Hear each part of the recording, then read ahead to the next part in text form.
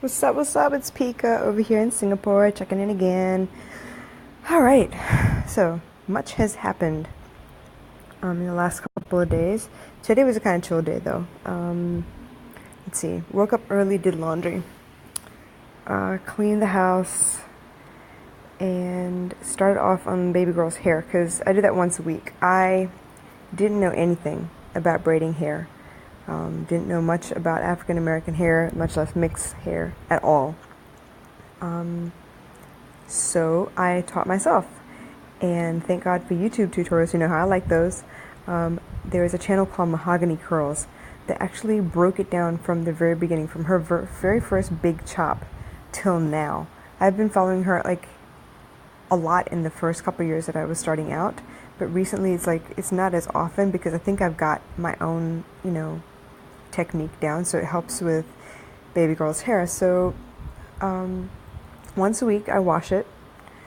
Mostly on like a Saturday, I'll take it out and let her scalp breathe a little bit, and then on Sunday I'll wash it. I try and do it early, as early as possible, not much later than noon if I have to start late, because depending on what the design is, it'll take me 3-4 hours.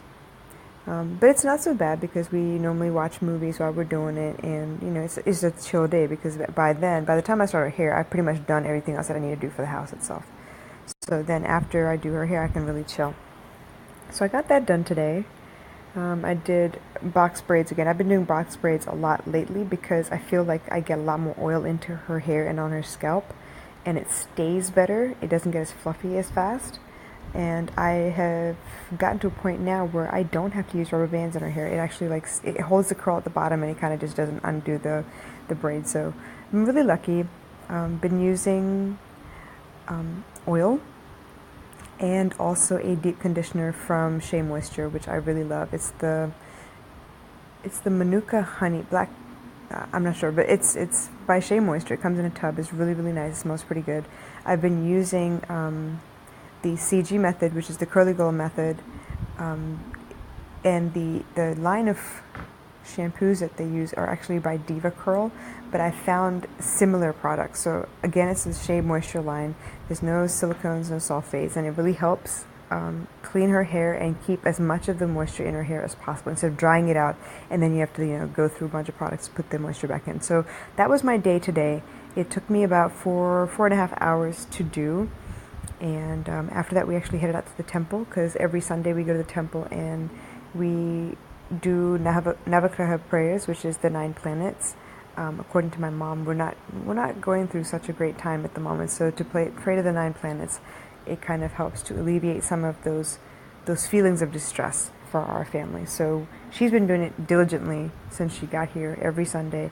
When she's home, she does it anyway. But whenever I get a chance to tag along with her, I go because as much as I am Hindu, it's like the blind leading the blind. I do because I've been told to do. I don't understand why yet. I don't know how to do it by myself yet.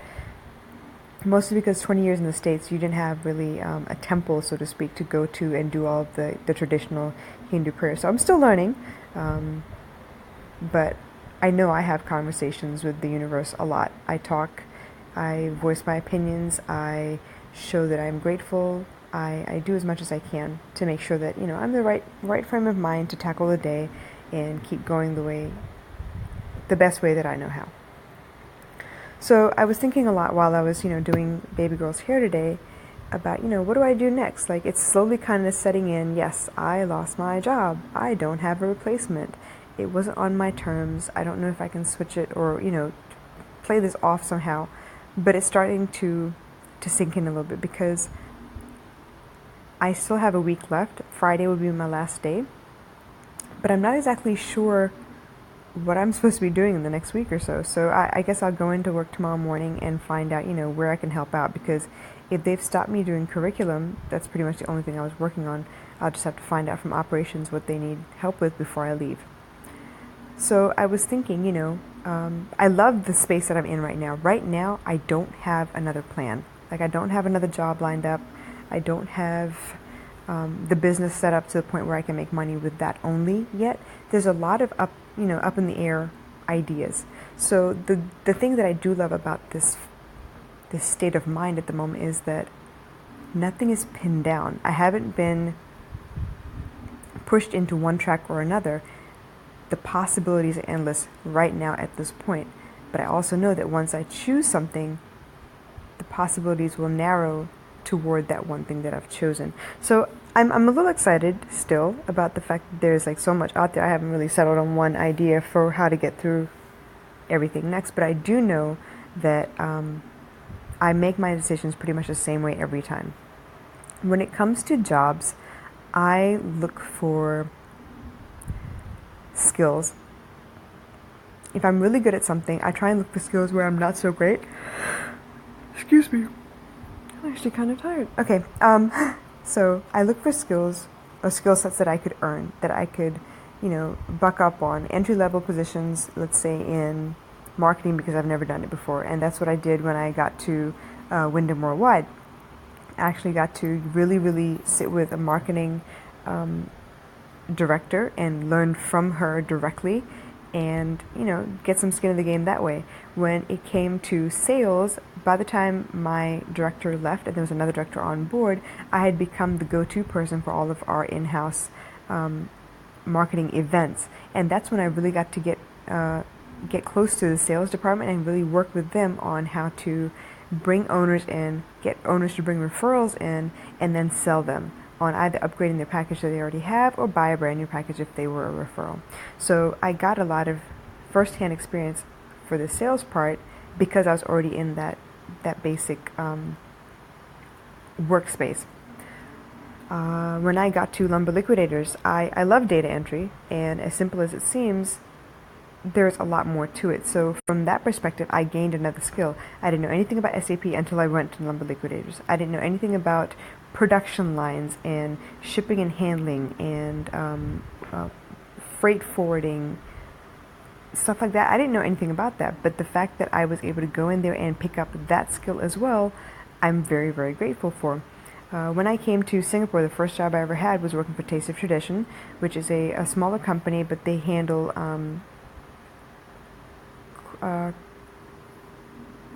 wine and a process that they've developed, which is cool chain, which means from the time they pick out the wine in France or Italy, wherever they're buying it from, the wine stays cold until it gets to you.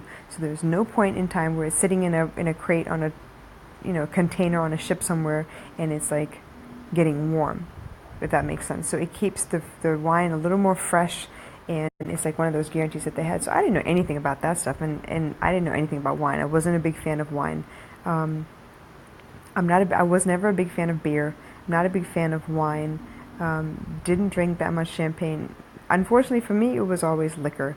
So I've kind of grown out of that phase too now. But yeah, I got to learn about wine. I got to do a little more event planning. I am very, very grateful for the fact that I had the opportunity to do a major champagne launch.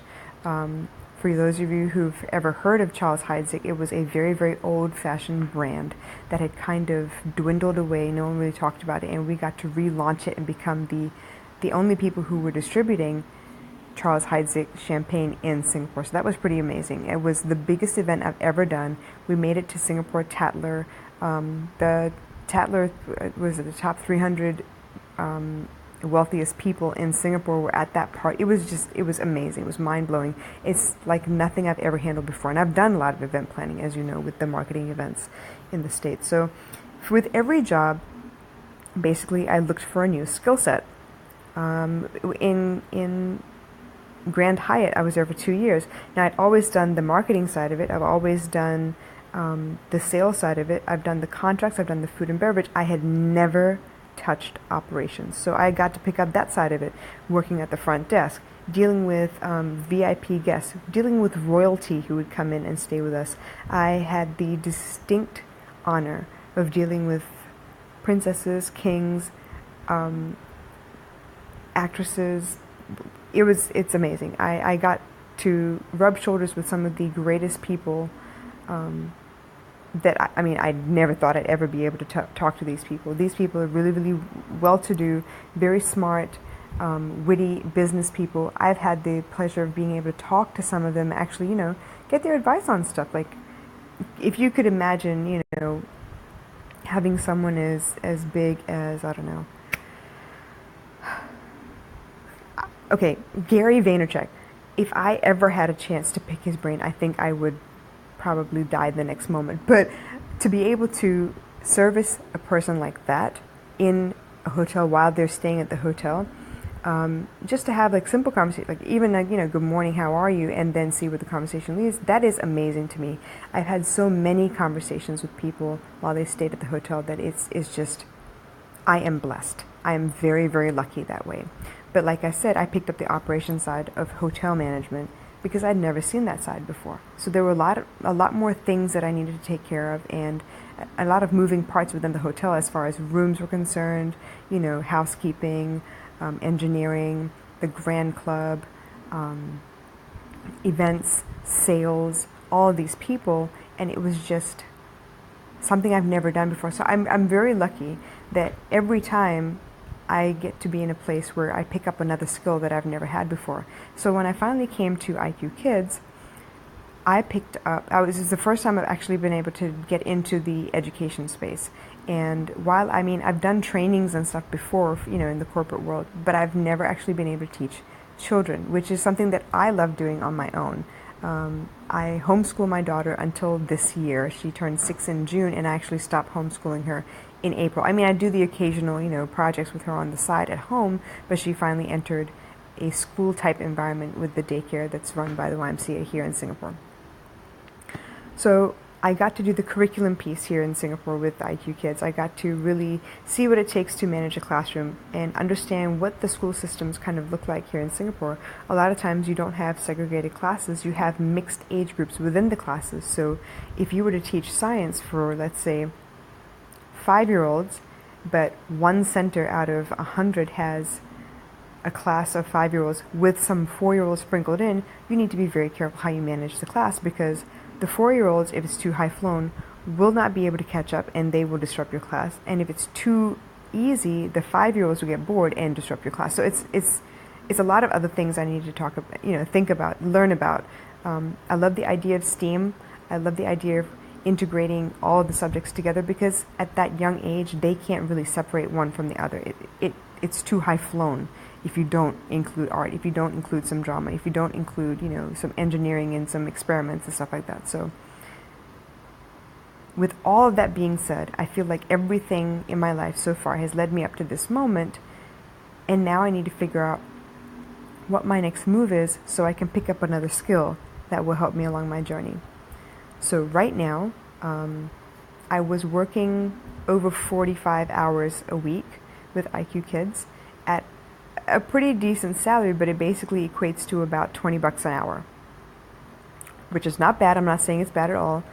But what I found out is there is another opportunity out here, because education is a big thing in Singapore. It's like a cash cow here in Singapore to be in the education industry. Either you're doing preschool, or you're doing tuition, or you're somewhere in the education field, because it's like the biggest business there is. I find that a lot of parents are very, very happy to throw their kids in, school at 7 o'clock in the morning and then not see them again until 7 o'clock at night. So if you can imagine, someone's getting money to take care of your kid while you're out doing God knows what. So, most of the parents have, work to do. They punch a clock somewhere, but I feel like you don't see your kid. You don't actually get to be with your kid or spend time with them. Before you know it, they'll be grown and gone, and then you'd be like, well, damn, I don't remember anything. I didn't do anything. So I don't want that to be me. But what I found is, like I said, education being a cash cow in Singapore, if I play my cards right, if I can get a job teaching tuition, I could make between $40 and $50 an hour and truncate the amount of time that I actually spend working. So for right now, I make $3,500 a month, okay? But it's over 45 hours a week for 4 weeks. If I were to make $40 to $50 an hour, from my estimation, I would have to teach about 4 or 5 hours a day, 5 days a week. That's okay. At the most, it would be 25 hours a week. But I would make more than I'm making right now. So right now, the strategy is, let me get into that space if I can. And when I do, I will have more time freed up to be with my kid, to put back more time into my own business, and still live a pretty decent life without having to cut back on anything really. So that is the plan at the moment. And I feel like firsthand experience teaching in a classroom. I mean, I already teach right now, but it's once a week. If I were to teach 4 classes a day every week, I think it would hone my skills as far as classroom management. It would give me reinforcing situations about how to deal with people, because kids, by the time they're 5, their personality is set. They're not going to change for the most part. And even if they do change, a lot of times extreme situations will make them revert back to their original state of mind anyway, their original personality type anyway. So I feel like this would be the next great opportunity for me to help myself along in my own journey by learning another skill, as I've mentioned. So for those of you in a space where you think that, you're not sure what to do next, think about that. What skill do you need next for your ultimate goal? If you keep your goals in mind every time, like the big picture, right? What do you want to do? If you do small things towards that every day, you get closer to your goal, correct? So for me, I just left the Grand Hyatt in February of this year. Middle of August will make almost 6 months that I've been with IQ Kids, and I think like I'm ready for the next phase. So I feel like from doing the curriculum side of it on the back end, I need to learn more about the people themselves and remind myself of the different personality types that are out there, who I would be dealing with, how to reach them best, because there is more emphasis on various teaching methods and how different kids learn than there is when you get to corporate America and training. So if I can hone those skills right now, I think I could be of better service to you as the general public. So my next step is related to my next skill set. So hopefully tomorrow I'll get a couple answers. I am still waiting on a call back from one person that I called regarding a job, and they were out of town until Monday anyway, so we'll see how that goes. I'm actually really excited, and I will check back in tomorrow, okay? Keep your head up. Don't fret. If anything seems like it's going really, really fast, the best thing actually to do is slow down. Stop. Don't do anything. Sleep on it one time and see how you feel about it in the morning. So right now, this is the plan. I am going to look for my next skill set that I want to hone. And I have no doubt that whatever comes next will actually help me towards my goals anyway, because my goals are not going to change. I will adjust my journey along the way, but I will not change my goal. My goal is to work for myself. My goal is to share what I know with all of you the best way that I know how, so that you can get your act together and get your dreams settled as well. I really didn't think I was in a place where I could start a brand new dream. I thought, I'm in my 30s, how can I start now? But I see people out there who are 40, 50 years old starting over. So why can't I start now? You are never too old to dream a new dream. Okay? So keep your head up. Keep doing what you're doing. Like, if you feel overwhelmed, stop. Slow down. And look at it in the broad view and see what it is that you need to concentrate on first. So today was a chill day, like I said. I've been listening to, dialogue on the TV about, whatever movies we'll watch. We watched Gifted today. We watched The Age of Adeline today. Both really great movies, and they had different viewpoints about the human psyche. So I'm really, really grateful. So right now, with all of that stuff in mind, I am ready to take that next step. And that next step is looking for the next skill I need to really hone in on. All right? All right, y'all. I think I better hit the sack. I will catch you tomorrow, Monday. Brand new week, brand new goals, lots to do. All right? Get some rest, you guys. I'll talk to you later. Bye.